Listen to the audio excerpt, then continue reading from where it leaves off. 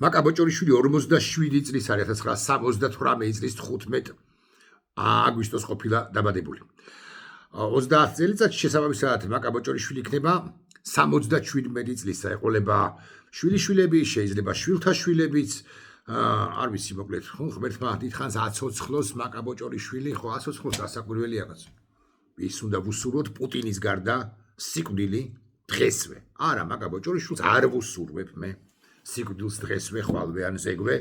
ასე ვიტყვი. ბიძინა ივანიშვილი 70 წლის არის, შესაბამისად მაკაბოჭორიშვილზე 23 წლით უფროსია. ბიძინა ივანიშვილი 70 წლისა გახდა, 70 წლისა შეიქმნა მიმდინარე წლის 18 თებერვალს. რამდენი უნდა იცოცხლოს ბიძინა ივანიშვილმა კიდევ 20 წელიწადი, 90 წლისა რომ მოიყრება, მაშინ წავა იმ ქვეყნად. არც მე ამას არ ვუსურვებ, გულახდილად გეტყვით მალე გარდაცვალებას, მაგრამ ბუნების კანონია მეთქი. ბიძინა ივანიშვილი კი ბოდიშებთ ცხადია, მაგრამ ალბათ გაცილებით მალე გარდაიცვლა, მოკვდებასაც არ ვიტყვი, გარდაიცვლა, წავა იმ ქვეყნად, ვიდრე ხსენებული მაკაბოჭორიშვილი და მაკაბოჭორიშვილზეც რომ არ ვილაპარაკოთ, მე მაკაბოჭორიშვილზე შესაბამისად 6 წლით უფროსი, ჩემზე უფრო სწრაფად აუყვება აღმართს ბიძინა ივანიშვილი იმ ქვეყნიურ საქართველოში. ასეა, ასეა. მაღალი ალბათობით, თორე ისე ეხლა შეიძლება აქვე გავიდეს ახლიდან და აგური დამეცეს თავში, ისევე როგორც მაკაბოჭორიშვილს და ისევე როგორც ბიძინა ივანიშვილს.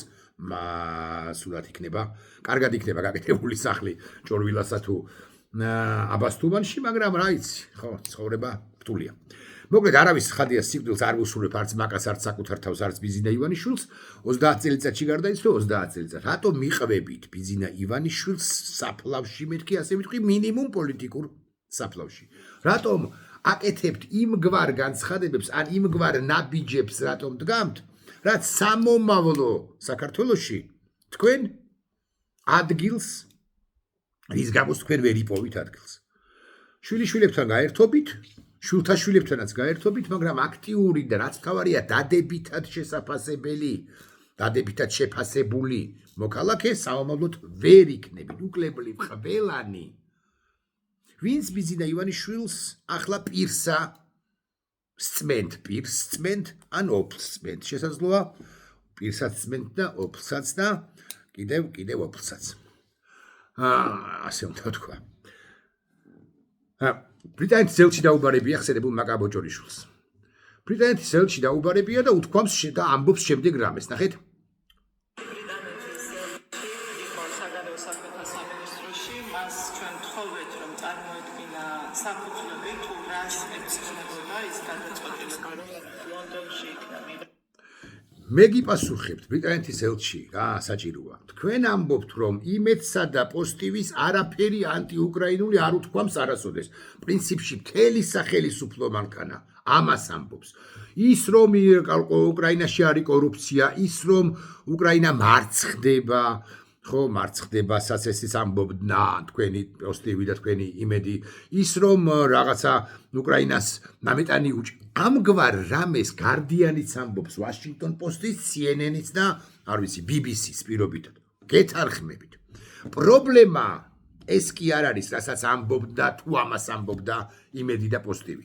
მთავარი პრობლემა, ან ერთადერთი პრობლემა არის ის, რომ იმედიც და პოსტივიც და მთელი ხელისუფლების სახელისუფლო პროპაგანდა და მთელი ეგრეთ წოდებული ბანდა ხელისუფლება, მათ შორის ბოჭორიშვილიც, აღარ ვლაპარაკობს სხვებზე. ბოჭორიშვილი კიდე ყველაზე თავშეკავებული იყო ამ თვალსაზრისით, როგორც საგარეო საქმეთა მინისტრი, ქომაგობდა რუსეთს.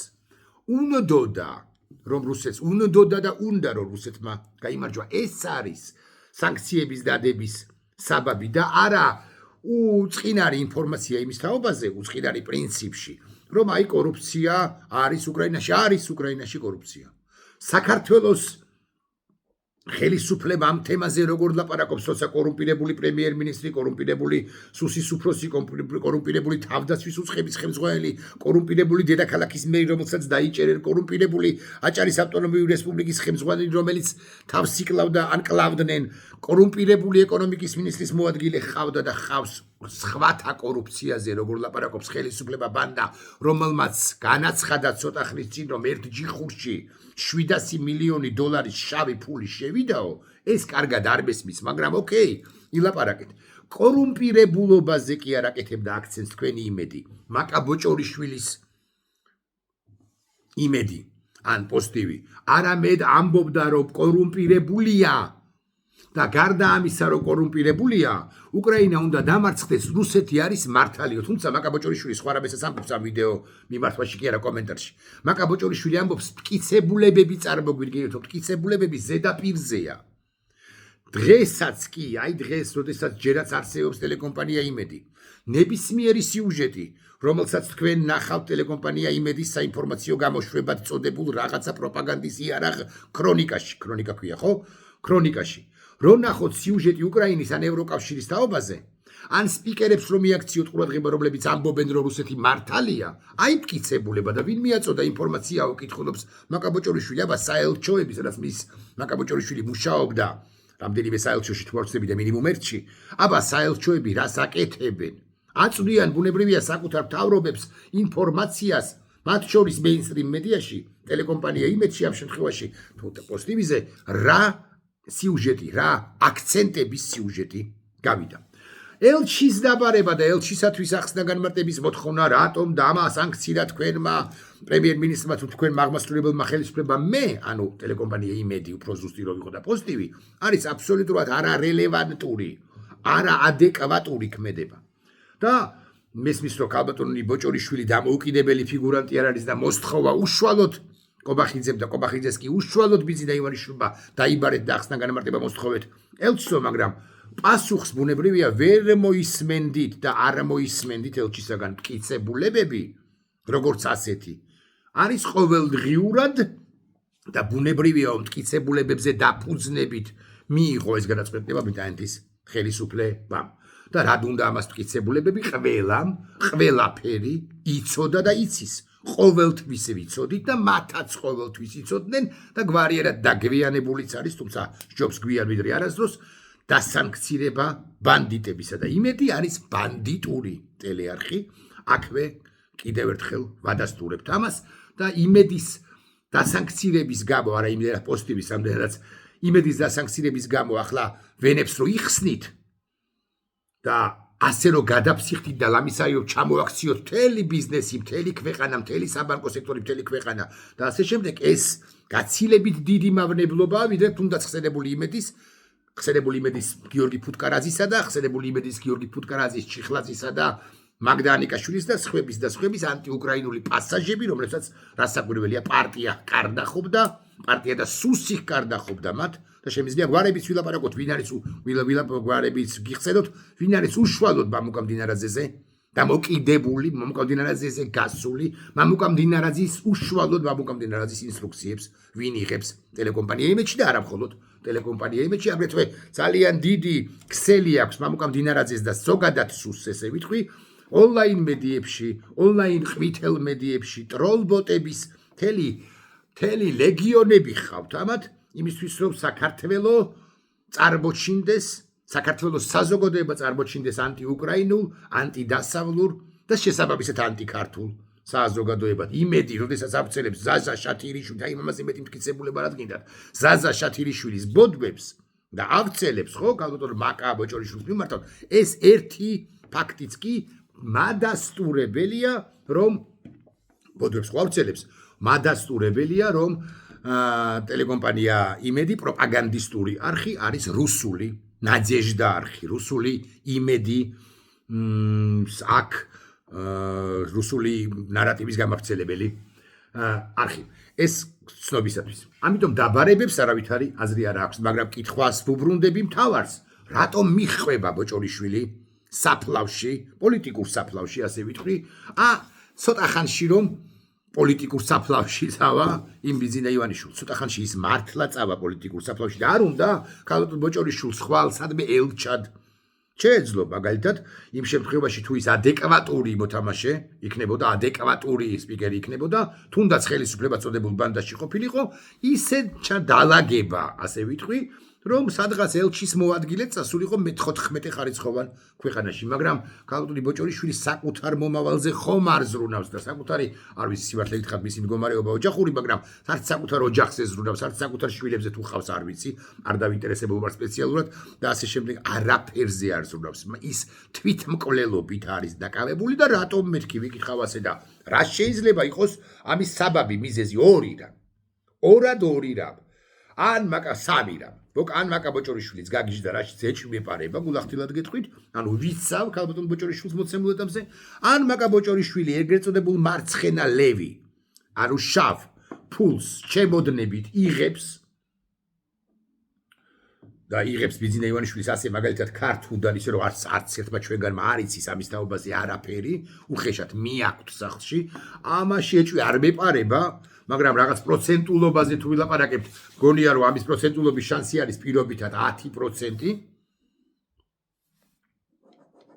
ან მაკა ბოჭორიშვილი როცა იყო ბიძინა ივანიშვილის გარეშე რუსეთმა დაავერბოკა მაკა ბოჭორიშვილიც კი და ამის პროცენტული ალბათობა არის 90%, შეიძლება ორივეა, გულახდილად გეტყვით, ანუ 10% არის ფულს იღებს, 90% არის რუსეთის მიერ არის დავერბოკებული. კიდევ ერთი საბაბი შეიძლება იყოს ამგვარი, რომ მაკა ბოჭორიშვილმა შესანიშნავად იცის და ესეც არის ნამდვილად, რომ ნორმალური ხელისუფლების პირობებში მას მინისტრობას კი არა, მინისტრის მოადგილეობას კი არა, ელჩობას კი არა, ელჩის მოადგილეობასაც კი არავინ ბევრი არ აღივსებს, თუმცა შეეძლო, კიდევ ერთხელ გავიბეორებ, ადეკვატური რო ყოფილიყო, რომ გამხდარიყო მომავალში აი 2028 წელს პირობითად, ხო? როცა ხელისუფლება შეიცვლება, ან როცა შეიცვლება მაშინ 2030 წელს, ხო? შეეძლო რომ მას შეეძლო რომ ელჩის მოვალეობის ელჩის მოადგილის მოვალეობის შესრულების სტატუსი დაერთხა. ეს პერსპექტივა მას ახლა გაცილებით ნაკლები აქვს და მომავალში ნაკლები ექნება ცხადია, იმიტომ რომ ეს რაღაცებს ამბობს და აკეთებს ზალკალიანი სად არის. დარჩიაშვილი მგონი დანიშნეს ბრიტანეთში. მოკლედ მინისტრები, ყოფილი მისი კოლეგები, მისი უფროსები, მისი ნაჩალნიკები ყოფილები სად არიან ახლა? აი ზალკალიანი კარგი მაგალითია, სად არის? ის ზალკალიანი ახლა ჩემი ინფორმაციით რაღაც უსაქმოდ არის, მოდი ასე ვიტყვი და ხანდახან აგინებს კიდეც კულისებში ჩემი ინფორმაციით ამ ხელისუფლებას ეს რა გვიქნესო საბოლოო ჯამში საგარეო საქმეთა მინისტრი იყო და მე ელჩი იყო შეერთებულ შტატებში. პაპუნა ჯანელიძე ხოთა შორის, ხო? გაცილებით ადეკვატური მინისტრი აღმოჩნდა, დიპლომატი აღმოჩნდა, ვიდრე პრაქტიკულად ყველა ქართული ოცნების საგარეო საქმეთა მინისტრებიდან ის მიტინგზეც მინახავს პაპუნა ჯანელიძე და რა ვიცი, ადეკვატური კაცია რა, საბოლოო ჯამში შეიძლება ეხა თედო ჯაფარიძე შეიძლება კი ნამდვილად არ არის თედო ჯაფარიძის თუ სხვათა დონის დიპლომატი, მაგრამ სწორი სამოქალაქო პოზიცია აქვს. სამოქალაქო პოზიცია კი არა, სწორი ადამიანური პოზიციაც კი არა აქვს. მაკაია ბოჭორიშვილს ის აღმასრულებელ ხელისუფლებაში მოხვედრილი თიტოია სამხარაძეა ლამის, ასე ვიტყვი თქვენის ნებართვით. ხო და რატომ იყვებით? ბიძინა ივანიშვილი ხო მოკვდება, ასე უნდა ვთქვა. ბოდიში, ყველა მოკვდებით, ისე კი არა რომ ხვალ ბრიდავთ ბიძინა ივანიშვილს. ბიძინა ივანიშვილი ხო მოკვდება ხვალ, არა, 1 წელიწადში, 5 წელიწადში, 7 წელიწადში, 15 წელიწადში, 30 წელიწადში ბაობაბის ხეებს რომ ჩაეხუტოს და რაღაც ნაყენები დალიოს, თირკმელი ღვიძლი და ნაღლის ბუშტი რომ შეიმოწმოს თუ გაიწმინდოს და ასევე გული შეიმოწმოს, ყოველ რაღაც ორ კვირაში ერთხელ პირობითად ვლაპარაკობ, რა ქვია იმას, ინაგა კორონაროგრაფია, ხო, კორონაროგრაფია რო გაიკეთოს თვეში ერთხელ, ის მაინც ისევ როგორც ყველანი წამსვლელები ვართ და მაკა ბოჭორიშვილი რუსებს აქვს პერეჟივიოთ, ანუ მაკა ბოჭორიშვილი ცოცხალი იქნება, მართალია ასაკში, ალბათ ასაკში 70-75 წლისა როზა ბიძინა წავა იმ ქვეყნად და შვილიშვილებს რა უნდა უამბოთ, როგორ დაღუპეთ ეს ქვეყანა, ეს არის, არა მე ხარღას პათეტიკურ სიტყვებს კი არ გეუბნები, რა გაქვთ სათქმელი, როგორ დაღუპეთ ეს ქვეყანა, ოღონდ ეს ქვეყანა არა დაიღუპება. მაკა ბოჭორიშვილი ისტორიის სანაგვეში პირდაპირ მნიშვნელობით შვილიშვილებთან ბოდიში მათ აქვთ ჩანსი, რაც საკვირველი ასეთი ბებია, რო ყავდათ ამის მიუხედავად თუ ყავდათ თუ ეყოლებათ თუ ასე შემდეგ. აქვთ ჩანსი, ისინი დამოუკიდებელი პიროვნებები არიან, შვილების და ასე შემდეგ. ხო, და მარტო მაკა ბოჭორიშვილის შთამომავლებს არ გულისხმობ, უკლებლივ ყველას შთამომავლებს გულისხმობ. მათ აქვთ ჩანსი რომ იყვნენ გახდნენ საქართველოს ღირსეული და ყველაზე ღირსეული მოქალაქე. მათ აქვს შანსი რომ დაწერონ ანტი-ისტორიას ასეთი ზოგადი სლოგანით ანტი-შობელის, ანტი-ბიზინა ისტორია. იმიტომ რომ შვილებს შობლების ქმედებათა გამო არ მოეთხოვებათ პასუხი. არ მოეთხოვებათ, ამას ვამბობ ხაზგასმით. შვილი ვალდებულია, ესე ვიტყვი, დაუჭიროს მხარი მშობელ დედას, მშობელ მამას, მხარი დაუჭიროს მორალურად გაამაგროს, იმიტომ რომ მაინც მშობელია და არ ვიტყვი რომ ბიოლოგიური მეთქი, არავითარ შემთხვევაში.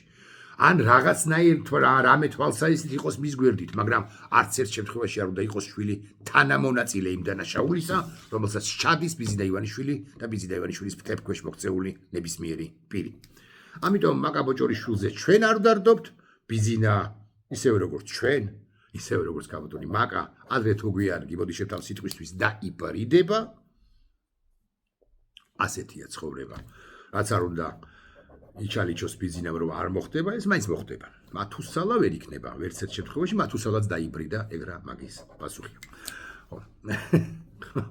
კარგით, და რატომ იყვებიან საფლავში, ეს კი არ ვიცი, დახვდით.